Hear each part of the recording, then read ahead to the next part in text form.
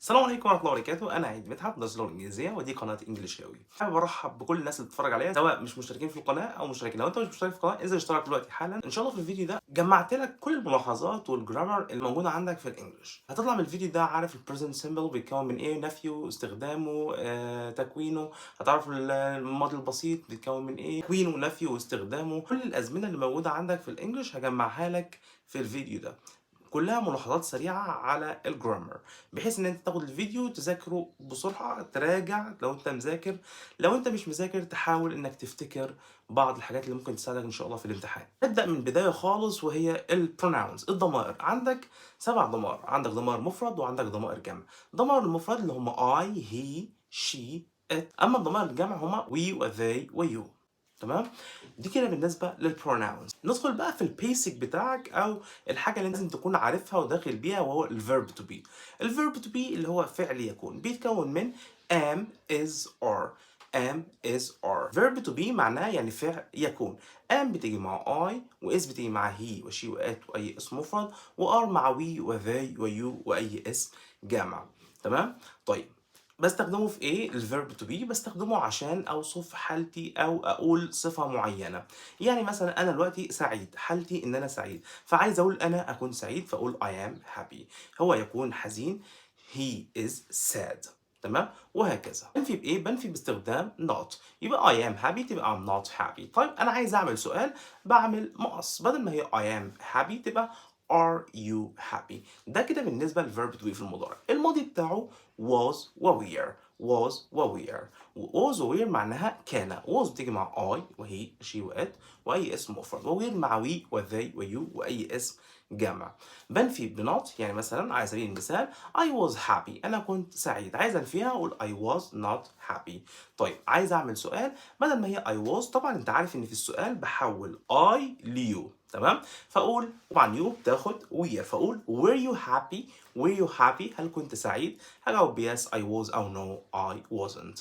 ده كده بالنسبه للverb to be. طيب سواء في المضارع او في الماضي. طيب هنخش على طول في ال present simple اللي هو المضارع البسيط. المضارع البسيط ده مضارع وبسيط في نفس الوقت. المضارع البسيط هي حاجة بتحصل في نفس الوقت، أو اللي بتتكلم فيه أو بتعبر فيه عن العادات أو بتعبر فيه عن حقيقة معينة.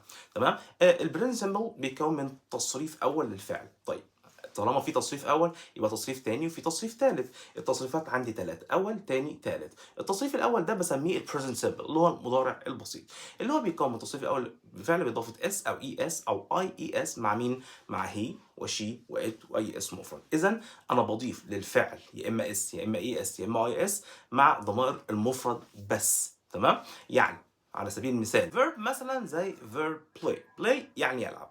لو عايز اقول هو يلعب فهقول he plays.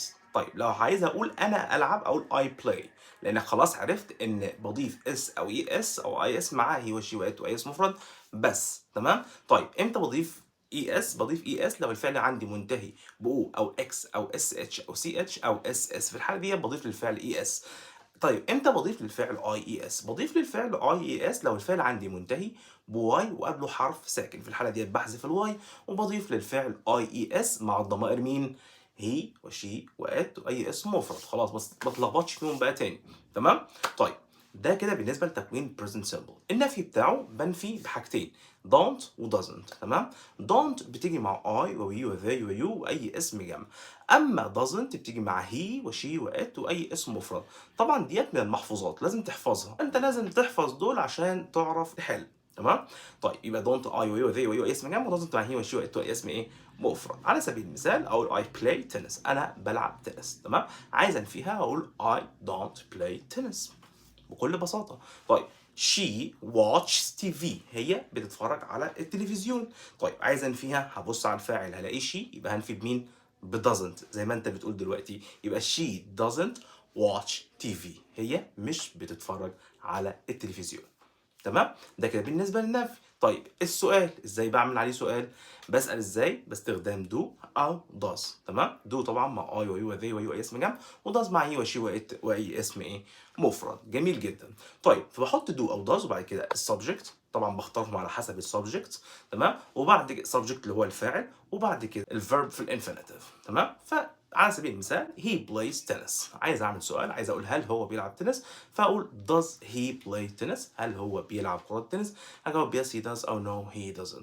طبعا لو انت عايز تسال بكلمه استفهام هتستخدم كلمه الاستفهام وبعد كده do او does والفعل وبعد كده الفعل في المصدر. فانا مثلا عايز اقول له هل هو بيلعب ايه، تمام؟ فهسال what، يبقى what does he play؟ يعني ماذا يلعب. ده كده بالنسبه للتكوين والنفي والاستفهام على البريزنت سمبل. طيب البريزنت سمبل امتى استخدمه؟ بستخدم البريزنت سمبل عشان يعبر عن حقائق وعشان يعبر عن روتين يومي، تمام؟ طيب ايه الكلمات اللي بتدل على زمن البريزنت سمبل؟ كلمات زي usually sometimes never always frequently generally occasionally. دي كلها كلمات لو شفتها بتعرف ان الزمن ده مضارع بسيط. طيب مكانهم فين في الجمله؟ جمله مضارع بسيط بستخدمهم بعد الفعل الاساسي او بعد verb to be.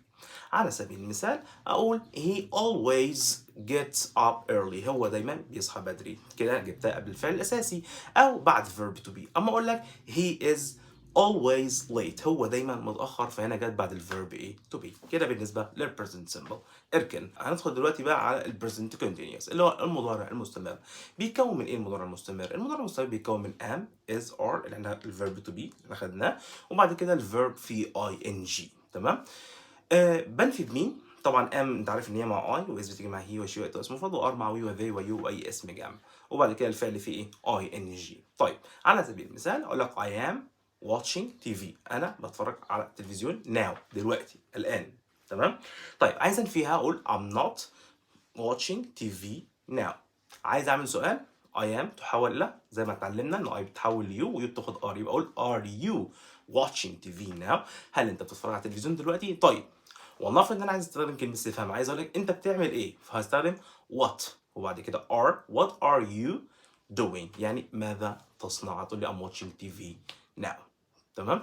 ده بالنسبه للتكوين والنفي والاستفهام. طيب الاستخدام، بستخدم البريزنت كونتينيوس المضارع المستمر عشان اعبر ان في حدث بيحصل في نفس لحظه الكلام، حاجه بتحصل دلوقتي. من الكلمات اللي تدل عليها او الكلمات اللي تشوفها في الجمله فتعرف ان ده بريزنت كونتينيوس زي now وزي listen وزي at the moment و at the present. ده بالنسبه كده للبريزنت كونتينيوس. هندخل بقى دلوقتي على البريزنت بيرفكت المضارع التام. المضارع التام بيتكون من ايه؟ بيتكون من has وهاف بعد كده التصريف الثالث للفعل، تمام؟ اللي هي past participle البي بي زي ما انت بتسميها، تمام؟ has have past participle. has طبعا انت عارف ان هي بتيجي مع هي وشي وات واي اسم مفرد، ولو مش عارف فانت لازم تعرف. وهاف بتيجي مع اي ووي وذي ويو واي اسم جمع، وبعد كده بتحط التصريف الثالث للفعل. على سبيل المثال اقول لك I have studied all my lessons. انا ذاكرت كل دروسي، تمام؟ فاستخدمت مع have I have، تمام؟ طيب عايز انفيها فاقول I haven't studied all my lessons، تمام؟ طيب عايز تعمل سؤال بدل ما هي I have اعمل مقصك الجميل فتقول have you studied all your lessons؟ هجاوب yes I have او no I haven't. طيب عايز اقول له انت ذاكرت، هل انت ذاكرت ايه، تمام؟ فهسأل what have you studied؟ What have you studied؟ تقول لي I have studied all my lessons. ده كده السؤال. يبقى احنا كده خدنا البريزنت بيرفكت، خدنا تكوينه ونفيه والسؤال عليه الاستخدام او بيعبر عن ايه. بيعبر البريزنت بيرفكت عن حدث حصل في الماضي في وقت غير محدد، ما بحددش الفتره الزمنيه، وده عكس الباست سيمبل اللي هناخده دلوقتي، تمام؟ طيب الاستخدام الثاني ان المضارع التام بيعبر عن حدث حصل ولسه اثره موجود. على سبيل المثال اقول لك it has rained، الدنيا مطرت، تمام؟ it has rained. طيب انا ما شفتش المطر اصلا، تمام؟ كنت نايم وليكن، فانا ببص كده في الشارع، ببص لقيت الدنيا عايمه ميه. في الحاله ديت انت بتستدل ان الدنيا ايه؟ مطرت، تمام؟ يبقى هنا حدث حصل واثره ايه؟ لسه موجود. طيب ايه الكلمات اللي ممكن اشوفها اعرف ان الزمن ده present perfect او مضارع تام؟ لو شفت كلمات زي just since already for، كلمات زي yet lately recently، كل الكلمات دي بتعبر عن ال present perfect. خد بالك الفرق ما بين since و for. since بيجي بعدها بداية الحدث، أما for بيجي بعدها مدة مجمعة، تمام؟ وخلي بالك إن since كمان بيجي بعدها past simple، بيجي بعدها ماضي بسيط. أما for بيجي بعدها مدة مجمعة، مدة على بعضها 5 أيام 6 أسابيع. أما since بيقول لك مثلا إيه since last week من الأسبوع اللي فات، تمام؟ طيب بالنسبه بقى يت تيجي في نهايه الجمله المنفيه وفي نهايه السؤال بس. لقيت جمله منفيه في البريزنت بيرفكت اختار يت، تمام. في النهايه لقيت سؤال في البريزنت بيرفكت صار get lately recently ممكن يجوا في نهايه الجمله. just و already بيجوا ما بين has و have والتصريف الثالث. عندك كمان الفرق ما بين just و just now. just now لو شفت just now اختار past simple ماضي بسيط، لو شفت just بس هتختار ايه present perfect. ده بالنسبه للpresent perfect. المضارع التام المستمر present perfect continuous. المضارع التام المستمر بيتكون من ايه؟ المضارع التام المستمر بيتكون من has have been plus verb plus ing. تمام. has زي ما انت حفظت في ال present perfect بتيجي مع هي وشي وات واسم مفرد، و have مع I و we و they و you واي اسم جمع. تمام. اقول لك I have been learning English. انا بتعلم انجليزي since 2016. بتعلم انجليزي من سنه 2016. تمام. يبقى انا هنا ناخد الاستخدام الاول، ان انا هنا بيعبر عن ايه بقى المضارع التام المستمر؟ ان انا بدات في حاجه تمام في الماضي ولسه بعملها دلوقتي ولسه مكمله معايا، يبقى حدث بدأ في الماضي ولسه مستمر وسيستمر. تمام. ده المضارع التام المستمر. طيب بنفيد مين؟ حط نقط. نفس الفكره بتاعت المضارع التام. فبدل ما اقول I have been learning او I haven't been learning، عايز اعمل سؤال I have تبقى have you مقصك الظريف. طيب ده كده بالنسبه للتكوين والاستخدام والنفي. طب والسؤال بتاع ال present perfect continuous. طيب ايه الكلمات اللي بتدل على المضارع التام؟ المضارع التام مستمر متشابه مع المضارع التام، فالكلمات الدالة هتلاقي نفس الفكره since و for و just و already نفس هي الكلام. بس خد بالك ان انا عندي افعال الشعور والحواس ما بتجيش في المستمر، ففي الحاله دي بستخدم فيها ال present perfect. يعني افعال زي feel وزي smell او understand، الافعال دي كلها لا تستخدم في المستمر فبستخدمها في ال present perfect. كده خلصنا لعيله ال present، عيله المضارع. تمام. هندخل بقى على عيله ال past الماضي. هنبدا بالباست سمبل. الباست سمبل اللي هو الماضي البسيط. الماضي البسيط بقى لو تفتكر في بدايه الفيديو كنت كلمتك عن واحنا بنتكلم عن البريزنت سمبل كنا قلنا التصريف الاول. ده بقى الباست سمبل التصريف الثاني للفعل باضافه دي او اي دي او اي اي دي. تمام. مع كل الضمائر بقى، لكن في البريزنت سمبل كنت بضيف اس او اس او اس مع هي وشويه اس مفرد لو فاكر. ولازم تعرف كمان ان الفيرب في الباست سمبل على شكلين، يا اما الفيرب يا اما شاذ يا اما منتظم. الفيرب المنتظم هو اللي بطبق عليه القاعده، بضيف للفعل دي او اي دي او اي اي دي. اما الفيرب الشاذ هو اللي يحفظ كما هو. تمام. فمثلا regular verbs اللي هي الافعال المنتظمه زي watch watched، زي learn learned، play played، washed. طيب اما الافعال الشاذه زي go went do did cut put سي سو، دي كلها افعال غير منتظمه او افعال شاذه انت بتحفظها تحفظ كما هي. تمام. ملهاش قاعده ثابته. على سبيل المثال اقول لك I watched TV، انا اتفرجت على التلفزيون yesterday امبارح. تمام. عايز انفي الجمله ديت بنفي بحاجه اسمها didn't زائد المصدر. تمام. didn't زائد المصدر، فاقول I didn't watch TV، انا ما اتفرجتش على التلفزيون yesterday. عايز اعمل سؤال بسال بديد والفعل في المصدر. did فاعل في المصدر. اقول لك did you watch TV yesterday؟ هل اتفرجت على التلفزيون امبارح؟ تمام. طيب ده كده بالنسبه للسؤال بهل. لو بسال بكلمه استفهام هتحط كلمه الاستفهام الاول، الفعل المساعد اللي هو did، وبعد كده الفعل في المصدر. هقول لك انت اتفرجت على ايه؟ اقول لك what did you watch yesterday؟ ماذا شاهدت بالامس؟ طيب الباست سمبل بيعبر عن ايه؟ الباست سمبل بيعبر عن حدث بدا في الماضي وانتهى، خلاص ما عادش موجود، ملوش اثر في الحاضر. تمام. وكمان الباست سامبل دايما بيبقى محدد بزمن، عكس البريزنت ايه بيرفكت غير محدد بزمن، لكن ده محدد بزمن. الباست سامبل كمان بيعبر عن عادات في الماضي، ينفع استخدمه عشان يعبر عن عادات في الماضي، وفي الحاله دي ممكن استخدم معاه الكلمات اللي بتدل على البريزنت سامبل اللي هي كلمات زي usually sometimes never often always. الكلمات دي ينفع استخدمها عشان اعبر بيها عن عاده في الماضي في الباست سيمبل. الكلمات اللي بتدل بقى على الباست سيمبل كلمات زي yesterday ago once upon time last week last year in plus past year. يعني in زي السنه الماضيه، يعني مثلا لو اقول لك in 2020 سنه 2020 اعرف ان الزمن هنا past simple ماضي. ماضي بسيط. عندي كمان حاجه متفرعه من الباست سيمبل اللي هو used to، اللي هي استخدام العادات في الماضي او اعتاد ان. used to معناها اعتاد ان، بيجي بعدها الفيرب في الانفينيتيف يعني الفعل في المصدر. بن فيها ب didn't use to زي الفعل في المصدر، بسأل فيها ب did والفاعل و use to زي الفعل في المصدر. تمام؟ ده بالنسبه لاعتداء. ينفع عندي كمان بقى لو انا بتكلم عن عاده لسه بتحصل دلوقتي كنت متعود عليها زمان ولسه ما بطلتهاش، في الحاله دي بستخدم am و is و are زائد used to زائد الفعل في ing او ضمير او noun، واحد منهم عشان تعبر عن العادة في المضارع. عندي كمان استخدام no longer و any longer. no longer و any longer من بدائل used to. no longer بتيجي في نص الجملة، أما any longer و any more بتيجي في نهاية الجملة. عايز تلاحظ كمان إن am و is و are used to plus ال verb plus ing بتساوي accustomed to plus verb plus ing. كده بالنسبة لل past simple. بتشوف الفيديو دلوقتي اللي لسه ما اشتركتش في انزل اشترك في القناة واعمل لنا لايك حالا. الباست continuous الماضي المستمر. الماضي المستمر بيتكون من was were plus الverb plus ing. المضارع المستمر كان am و is و are وال ing. طيب احنا دلوقتي في الماضي المستمر يبقى ارفع الزمن درجه، يبقى am و is و are تتحول ل was وايه؟ was و were. was و were زائد الفعل في ing. was بتيجي مع I وهي وشي وات واي اسم مفرد، و were مع we و they و you واي اسم جمع، وبعد كده الفعل فيه I was were وبعد كده الفعل فيه ايه؟ ing. على سبيل المثال لك I was watching TV all yesterday، يعني انا قعدت اتفرج على التلفزيون امبارح طول الليل. تمام؟ يبقى ده حدث حصل في الماضي واستمر في الماضي. تمام؟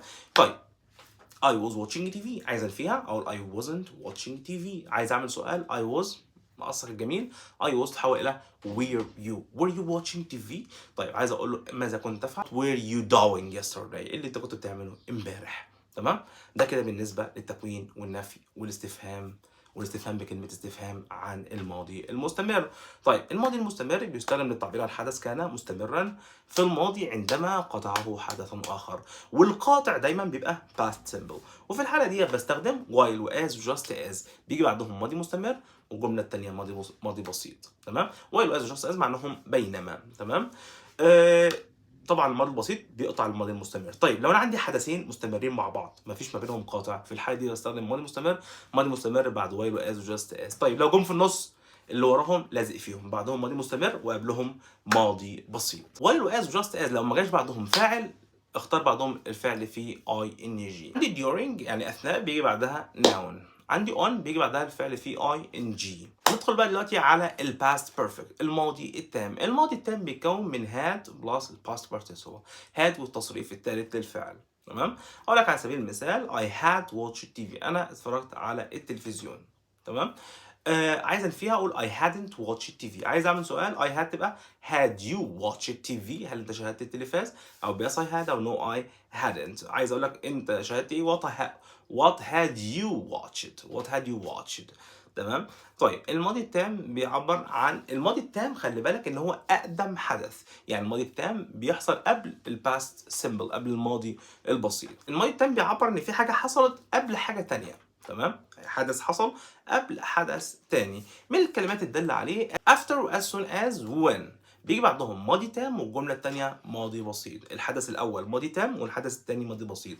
طيب ولنفرض أن after و as soon as جم في النص بعضهم ماضي تام وقبلهم ماضي بسيط. طيب عندي كمان كلمتين تانيين before و by the time. before و by the time بيجي بعدهم العكس ماضي بسيط والجملة التانية ماضي تام. طب ولنفرض أن before و by the time جم في النص يبقى بعدهم ماضي بسيط وقبلهم ماضي تام. عندي كمان till و until معناها حتى بيجي قبلها ماضي بسيط منفي والجملة التانية ماضي تام. لو ما جاش بعد after و before فاعل بتستخدم الفعل في ing. عندي no sooner و hardly و scarcely بيجي بعدهم على طول had. لو جم في الأول بعدهم had والفعل والتصريف الثالث اللي هو الماضي التام، وبعد كده than when than مع no sooner when مع hardly و scarcely والجملة التانية وبعد كده that وبعد كده ماضي بسيط. طب ولنفرض ان هم جم في النص يبقى نستخدمهم ما بين had والتصريف الثالث، يبقى ببدأ بالفاعل وبعد كده had وبعد كده no sooner او hardly او scarcely وبعد كده التصريف الثالث للفعل وبكمل الجملة عادي. وطبعا الناحية التانية بختار ايه؟ ماضي بسيط.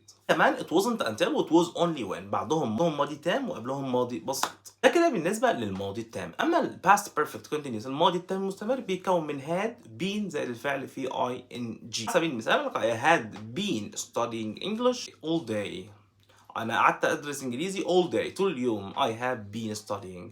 عايز فيها I had تبقى I hadn't. عايز اعمل سؤال I had تبقى had you. بالنسبه للماضي التام. لو وصلت لحد هنا فانت من الابطال فعلا، فما تبخلش علينا انك تعمل لنا لايك، تعمل لنا سبسكرايب، وتحاول انك تشير الفيديو مع كل اصحابك عشان الكل يستفيد. ندخل بقى على الفيوتشر، المستقبل. اول حاجه معانا الفيوتشر سيمبل اللي هو المستقبل البسيط. المستقبل البسيط بيتكون من will زائد الفعل في المصدر. will زائد الفعل في المصدر. المستقبل طبعا بيعبر عن حاجه هتحصل في المستقبل، حاجه هتحصل غدا. I will travel to Aswan tomorrow. انا هسافر اسوان بكره. عايز فيها بنفي بوان WON'.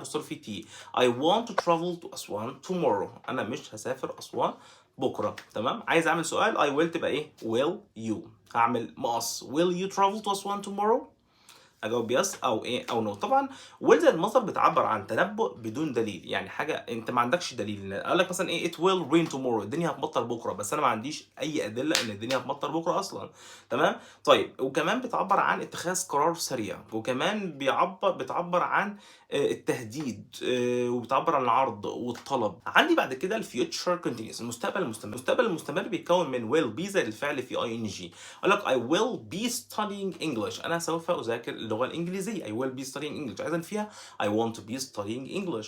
عايز اعمل سؤال I will تبقى will you be studying English او yes I will او no. المستقبل المستمر بيعبر عن حاجه هتحصل في المستقبل وهتستمر لفتره. على سبيل المثال I will be watching TV. هكون بتفرج على التلفزيون، يعني بكره من الساعه 2 للساعه 4 هكون بتفرج على التلفزيون. يبقى ده حاجه بس هيحصل في المستقبل وهيستمر فتره في المستقبل من 2 ل 4. ده الاستمرار بتاعه. ده كده بالنسبه للفيوتشر كونتينيوس، المستقبل المستمر. عندك بعد كده المستقبل التام. المستقبل التام بيتكون من will have زائد التصريف الثالث. will have زائد التصريف الثالث. على سبيل المثال by 2025 I will have graduated from my college. يعني بحلول سنة 2025 هكون اتخرجت من الكلية. مستقبل تام يعني انك لما هتوصل لنقطة في المستقبل هتكون خلصت حاجة معينة. فانا هنا بقول لما هوصل ل 2025 هكون اتخرجت الكلية بتاعتي. طبعا بنفي will تبقى want. عايز اعمل سؤال I will تبقى زي ما انت اتعلمت will you. اخر حاجة معانا هي المستقبل التام المستمر. will have will have been زائد الفعل في ing.